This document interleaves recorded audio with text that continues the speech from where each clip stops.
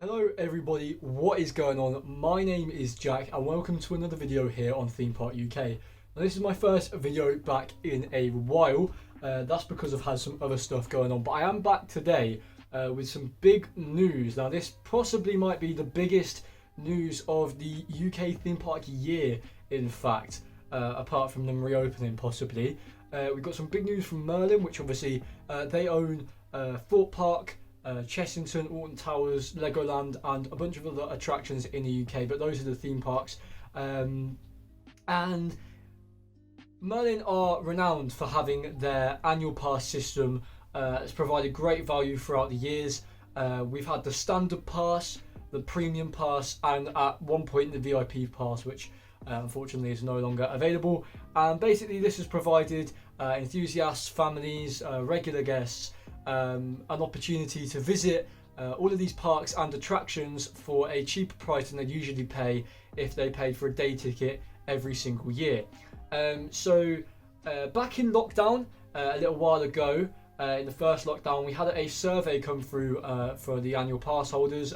It was on Twitter, and I think it was sent through email to annual pass holders mailing list as well.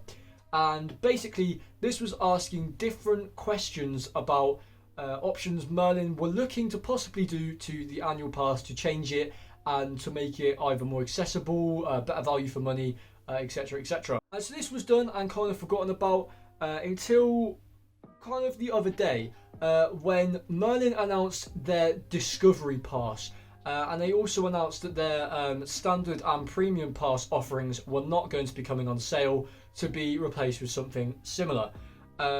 So there are three passes now at different budget tiers, and you can get different prices depending on your circumstances. And there's a sale on right now, which means if you want to take advantage of the discounted price, you can get these. I've asked a few questions on Twitter to the Merlin Annual Pass Twitter page just to get some more insight on this. And if you do want a quick link in the description, you can go and read about everything there is to read about if I've not covered it in this video. But yes, this was announced earlier on Twitter at the date of filming. I'm hoping to try and get this out this evening actually. It is currently 3:45, and so yeah, it was announced kind of like 3 hours ago, I think, something like that. And there was a kind of negative reaction to this, and we'll just go through it because the passes are more expensive than they were previously. But there are also some more benefits as well, so we'll go through it now. I've got a little kind of sheet that I've got to kind of prompt myself here. So we're going to start with Discovery Pass.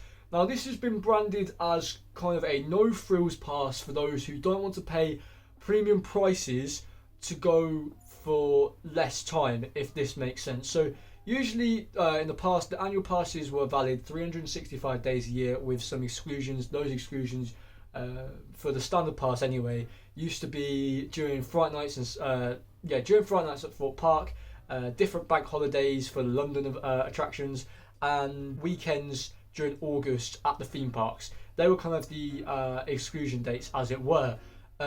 This new pass, the Discovery Pass, whilst it does last for a year, it only actually gives you access for, I think it's 180 days that they sell on their website.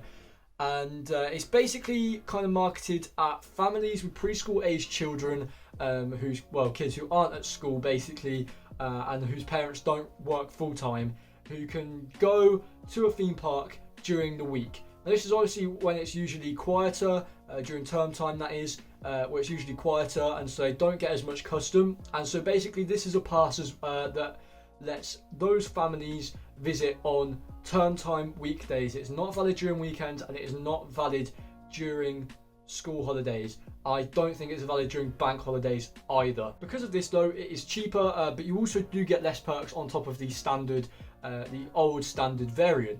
So on sale, it's on sale right now for £69.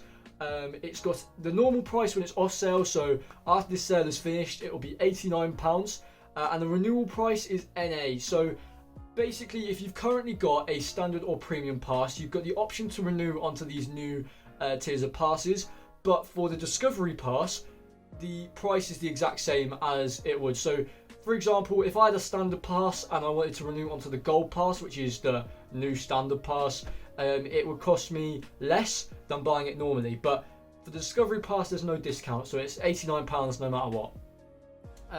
This is also the only pass which will not be coming in a pay monthly variant. A couple of years ago, Merlin introduced pay monthly annual passes, which basically gave people the opportunity to pay for their annual passes over the year rather than paying a set price at once. And they're bringing this back for the Gold Pass and the Platinum Pass, which are the two other passes that they've announced today. But it's not coming for the Discovery Pass, unfortunately. So yes, the exclusions include weekdays and school holidays, as I've said, but extra tickets, I believe, will be purchasable for these days. Obviously, because of COVID-19 regulations and social distancing and kind of that they have to cap ticket numbers and people in the various attractions, there's pre-book limits on each of these passes. So there was an issue towards the end of last season that when people had to pre-book with their annual passes, they were getting sold out months in advance or weeks in advance because there was such high demand and such little allocation for pass holder tickets. And so to stop this happening, they put in a £1 booking fee. People then complained about this £1 booking fee, so they got rid of it entirely, which then led to people overbooking. This has now culminated in a limit on how many tickets you can pre-book per attraction per annual pass. So it will still be free to book a ticket, to pre-book a ticket rather. However, you can only pre-book a certain amount per pass. So for the Discovery Pass, it's 3 tickets per attraction, so at a time. So for example, at a time I could have 3 dates pre-booked for Fort Park, but at the same time I could have another 3 dates pre-booked for Alton Towers. So it's per attraction, not per pass. There's no extra perks on this pass. There's no free car parking. There's no annual pass discount, which we've grown to love over the years, where traditionally you get 20% off retail and food and stuff in the park. That is not available on the Discovery Pass. As I said previously, it is literally a no-frills pass for those who want the cheapest annual pass experience. So the next pass, which is the middle tier, is the Gold Pass. Now, in theory, you'd think this is replacing the Standard Pass, but it looks a lot more like the Premium Pass, the traditional Premium Pass anyway. And that is also reflected in the prices. So on sale right now, it's on sale for £199 for a new pass. Its normal price off sale is £219, and its renewal price, so if you've currently got an annual pass and you're looking to renew your pass, this will be the price that you can pay, is £159, which in my opinion is quite reasonable, you know. I'm not sure if for what's provided, £220 for a normal sale, a bit high in my opinion. However, I do think that the renewal value of £160 is reasonable. The perks include free car parking, 3 £5 fast track vouchers, a free lanyard, pop badge and card holder, and also comes as the same as the Discovery Pass. You can have 3 pre-books per attraction at once. So perks wise, this does seem a lot more like the Premium Pass. However, there are still some exclusions. So the old Premium Pass used to have no exclusions and you could go to the parks whenever you wanted. Now there are some exclusions. Bear in mind they're not as bad as the old Premium Pass, because the old Premium Pass you didn't used to be able to go on weekends during August and October.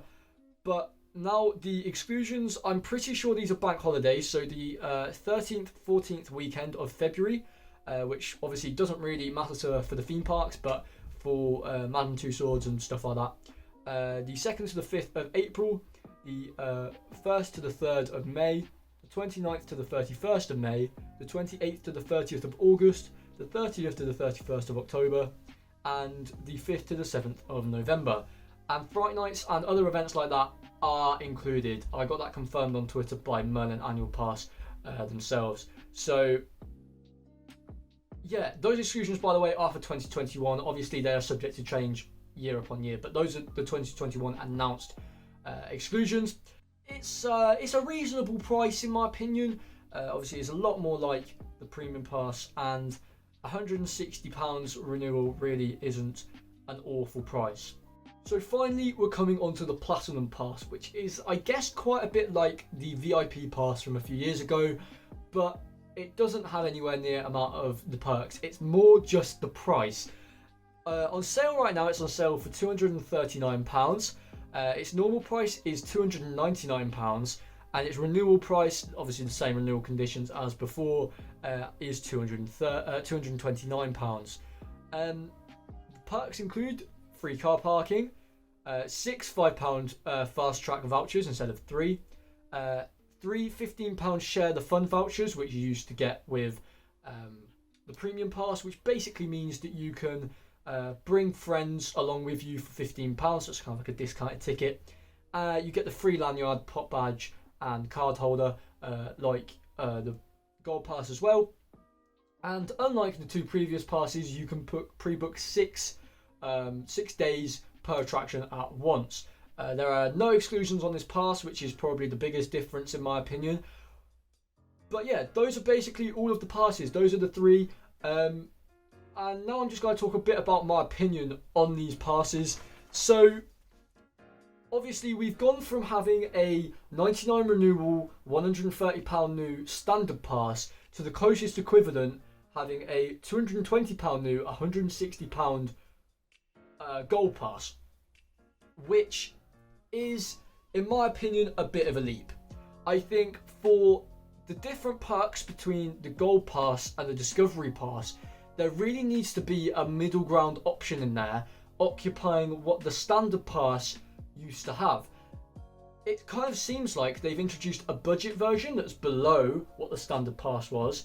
They've upped the premium to kind of a bit, well, to be fair, a bit worse than it was, but more price. And then they've added an extra pass on top, which is, in my opinion, ridiculously expensive for what it is, because it really doesn't add that much on top of the gold pass. I mean, you're paying an extra, well, at the moment, an extra £40, but normally kind of like an extra £80 on top of the gold pass to get a few weekends extra a year, and you get some share the fun vouchers and a few more £5 vouchers for fast track. Not really worth it in my opinion. I can't really see the market for that, like a big market anyway. If you're kind of the person who hardcore, that lives very close to Alton Towers or Fort Park or something like that, and you go every single weekend, I think you get good value. But I really don't see the value in getting that pass over the gold pass. In my opinion, for the average consumer, for enthusiast families, I think the gold pass is probably the best middle ground. But does that mean it is good? No. In my opinion, I think the gold pass is basically just going to be bought by enthusiasts and those who have the money to spare. I think you've basically alienated there the entire family market, because, well, with school age children anyway, because if you've got a family of 4 right now, normal price, you've got a family of 4 that you want to take to a theme park with you all year round, and you want to buy this annual pass, you can do so, and you want to be able to go on weekends and school holidays because your kids are in school, then if you're buying for a family of 4, that's £880 a year, which is absolutely ludicrous. I mean, I know that's only the normal price for a new pass and not the renewal price, but for the first year that will cost £880 for a family of 4.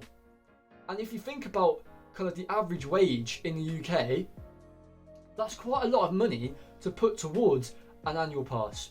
Now, I know some might say that these only sound expensive because the passes previously were such good value.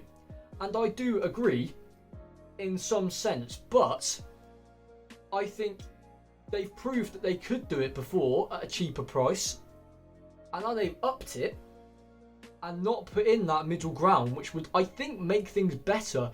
If you had a middle ground between £220 and £90, like between £100 and £150 kind of pass that maybe doesn't include free parking, maybe doesn't give you fast track vouchers, maybe has a few more exclusions, but you can go on weekends and school holidays, I think this would have been a much better received. I mean, you go on Twitter and absolutely everybody, bar some exceptions, is slating this. and it really hasn't done Merlin any favours. I think they'll probably lose a lot of custom because of this. And I think that kind of might be the point, because obviously with COVID, you can't have a certain amount of, you can only have a certain amount of people in an attraction at once. And every pass holder they allow in, they lose money. And that's just a fact. And I think the whole annual pass scheme works because they're banking on people buying them and then not going enough to get their money back. Whereas now, because they're now losing out on day tickets, on days that are sold out when they allow pass holders in, it's actually losing them money. And obviously there was a period of time when they were closed for 3-4 months when they weren't making any revenue at all, and obviously afterwards that was reduced because of the limited capacity. I think as well, you've got to remember that not only has the business had a hard time, but so has its client base. There are so many more people now than there were last year unemployed, so many people that have been furloughed and have less money to spend on this kind of thing. And I don't know, I feel like it's fine. The Gold Pass and the, maybe not the Platinum Pass, we'll ignore the Platinum Pass, but the Gold Pass and the Discovery Pass, they're good value for what they are. But there needs to be a middle ground option between them before I'll be happy with this pass offering. So, will I be renewing my pass? Yes, but only because I don't really have another option. It'd be cheaper for me to renew my pass. I'm going to probably get the Gold Pass, to renew my pass and get year-round access with it. It would be better value for me to do that than for me to pay for my ticket every time I went. So, for somebody who visits often, I still think it's good value, but I'm not happy with it. Not because I don't think this is good value, but because they've alienated specifically a very large section of their market in between the Discovery and Gold passes, which I think kind of needs to be amended. So yeah, sorry this has turned into a bit of a ramble. I've been rambling for about 20 minutes now, but I hope you've enjoyed. I hope you've got kind of the information that you need about these passes in kind of like a video format. I know I won't be the only one doing this, but I thought, why not? It's big news, I'll make a video on it. So yeah, I'll be back with a new video very soon. I know it's been a little while, but trust me, I will be back. But yeah, thank you guys for watching, and I will see you all soon in a new video. Oh, by the way, don't forget to comment your thoughts and leave a like. Alright, in a bit.